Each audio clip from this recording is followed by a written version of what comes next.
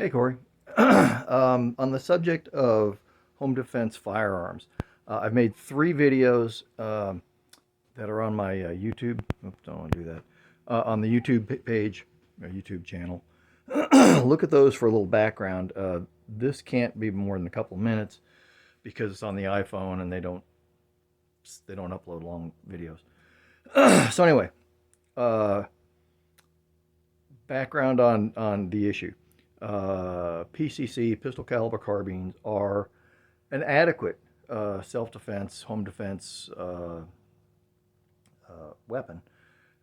Been used for years, ever since 4440s and 45 Colts were ruling the frontier. Semi-automatics nowadays have, depending on the magazine system you choose and the weapon itself, can have as many rounds in it as an AR does, up to 30 rounds. So they're not necessarily limited to the lever actions that they were, just 10 years ago. Because if you have a pistol caliber, you're going to have lever actions like my 45 or like your 22. But now they've got a number of pistol caliber carbines that are semi-automatics. The Sub 2000 by Keltec. Ruger's got one. I think SIG's got one. I really haven't paid that much attention to them. And here's why. The Sub 2000 is extremely light on the front end. That's why we got it for your mom. But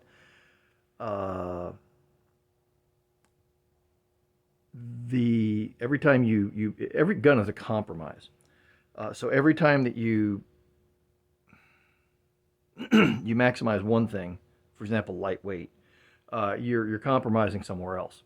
So, for example, the Keltecs I don't really like because the sights are lousy. They don't fit me worth a damn. But they do have 32 round magazines or whatever that is that Glock makes. And they're light. They're extremely light. So they got that going for it. Several of the other ones I've handled a Ruger. I've never shot one. It's fairly heavy for a pistol caliber carbine, heavier than I thought it would be. And particularly in a 9mm version, I would guess that my Cowboy 45 lever action is probably around the same weight and shoots a much heavier bullet. The biggest problem with PCCs is price. They have gotten ridiculously expensive. When they first came out, they were an economy option. You could easily, well, I don't want to oversell that. Some of them were so cheap you could buy two of them for the price of one AR. Now ARs have gone up, PCCs have gone way up. The real issue is at some point your for the price you pay for it, the PCCs are not going to give you the same capabilities at the price point that an AR at a similar price point will give you. I am not a big fan of M16s and the 5.56. I think it's way underpowered for a main battle cartridge, but that's a whole different argument for a whole different time. As a home defense weapon, there's a lot to be said for an AR style rifle, simply because A, it is a rifle, not a carbine. It will reach out, if you're good enough to shoot it, to 300 yards or more accurately. And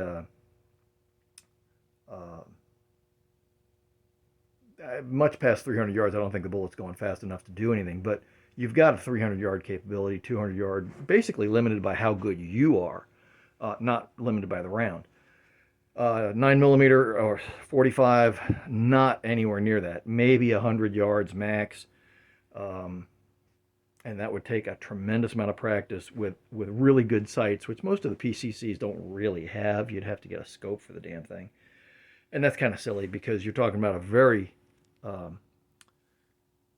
close-in weapon. So PCC is a very short range. Basically, it takes a pistol cartridge, which you should shoot out of a pistol, and gives you a little bit more range with it. Again, capability of the round, I wouldn't go much past 100 yards.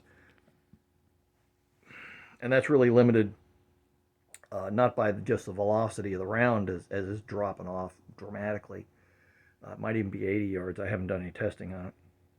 But it's also your ability to, with the sights that come on the weapon, to accurately hit the target in a vital spot, because aiming for the head and hitting them in the leg because the bullet dropped that far in you call it 120 yards, doesn't help. Most of the time that'll be a miss. With a 5.56 AR, it's going to shoot flat enough that inside 100 yards, inside of actually 200 yards, you're probably not going to get much more bullet rise or bullet drop over a couple of inches. So, I mean, hitting an 8-inch paper plate, you've got to go well past 250 yards before that bullet drops that far. So it really comes down to, in my mind, cost, capability, and training, and your interest. If you're going to use a PCC, you're going to have to practice with it. You're going to have to practice with it a lot. And the ammo for pistols is not as cheap as it used to be. Now, certainly 9mm is about as affordable as it gets from a pistol cartridge. But 223 or 5.56 military is cheaper still. It's still available in quantities. If you find, you have to hunt it, but you can find it. It is by far the standard rifle round in America today. People hunt with it, although I'm kind of queasy about hunting deer with it. In fact, I'm not even sure if it's legal in South Carolina. A lot of states put in requirements to be 25 caliber or better, 24 caliber or better, because they didn't want people shooting with an AR. But I have talked to guys who hunted deer with it, and according to them, the deer dropped dead in their tracks. So, okay, maybe. So if you want it for a hunting weapon, you'd have to check that out. It's got the capabilities. I mean, it's battle proven for over pushing 60 years now. 56 years, something like that. So I mean, it's a proven man killer. It doesn't put you down with one round typically, but that's military ammunition. You can get 223 Remington with an expandable bullet, and maybe improve some of that.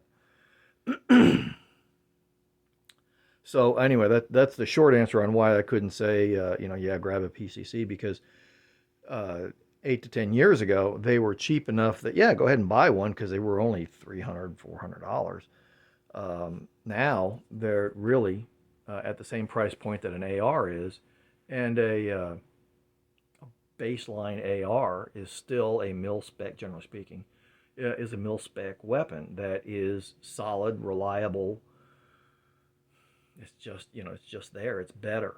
None of the PCCs have ever been used in the military. None of the PCCs have ever been used, to my knowledge, in any sort of professional security operation.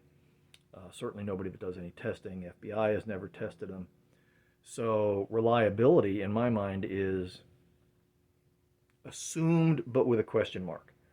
I always assume weapons work until they don't. And I try to shoot it, if I have one, I try to shoot it enough to know what causes troubles and what doesn't.